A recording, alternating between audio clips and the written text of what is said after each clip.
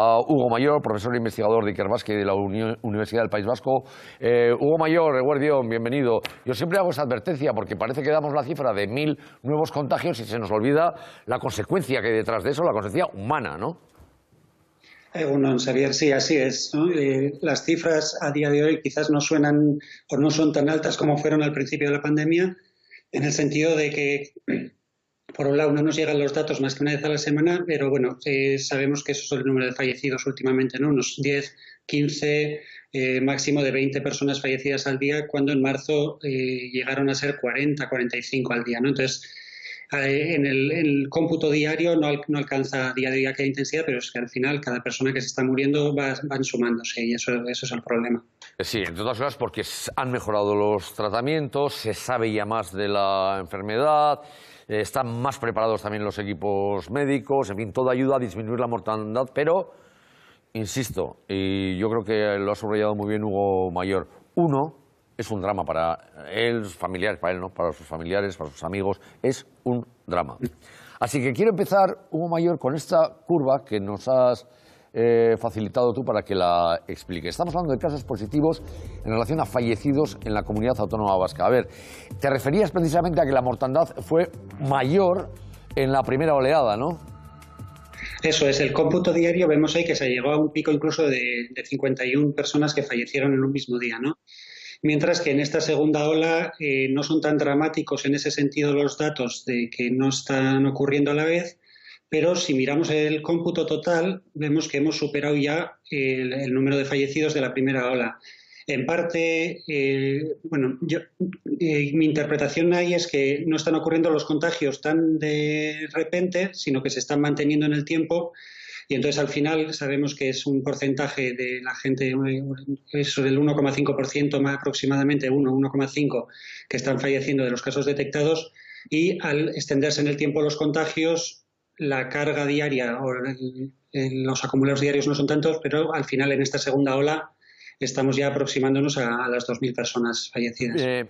Yo quería además subrayar un hecho. No podemos hablar de tercera ola en Euskadi, en realidad nunca pasamos la segunda. Es decir, no terminamos de pasar la segunda, con lo cual igual puede haber otros sitios donde se vea mucho más claro que ha habido un repunte hacia una tercera ola.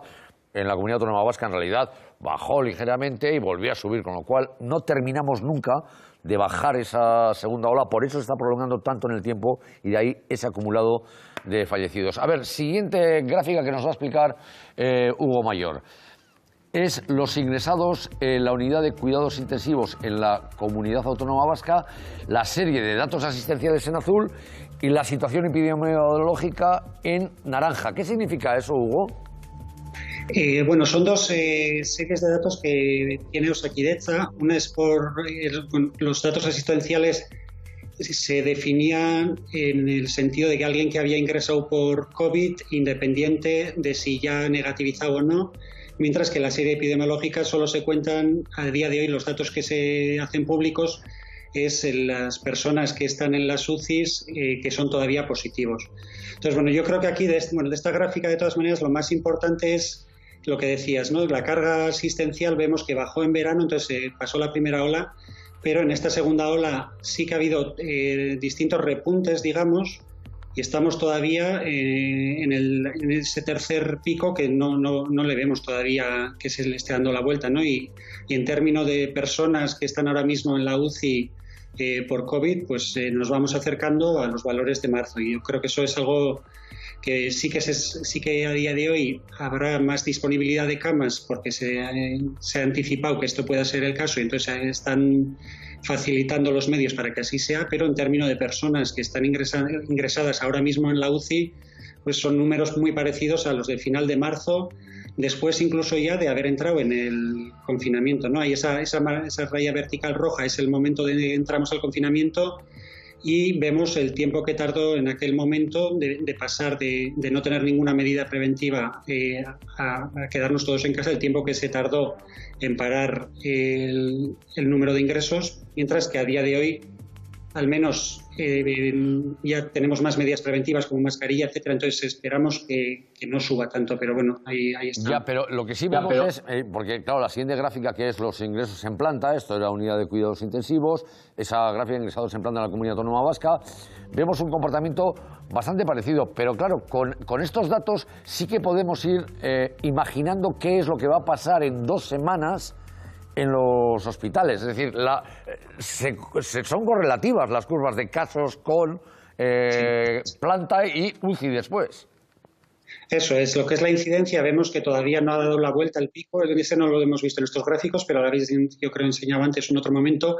Entonces, todavía las curvas de ingresados en planta y de ocupación de UCIs, lo más probable es que sigan subiendo todavía durante unos 10 días, en base a los datos que tenemos hasta ahora. Entonces, ahí hay que tener en cuenta esa presión que se va cargando en los hospitales y es importante que cada uno hagamos lo que podamos para evitar contagios, porque estamos, si no, acercándonos, al menos en términos de ocupación de UCI, a unos datos muy parecidos a los de marzo.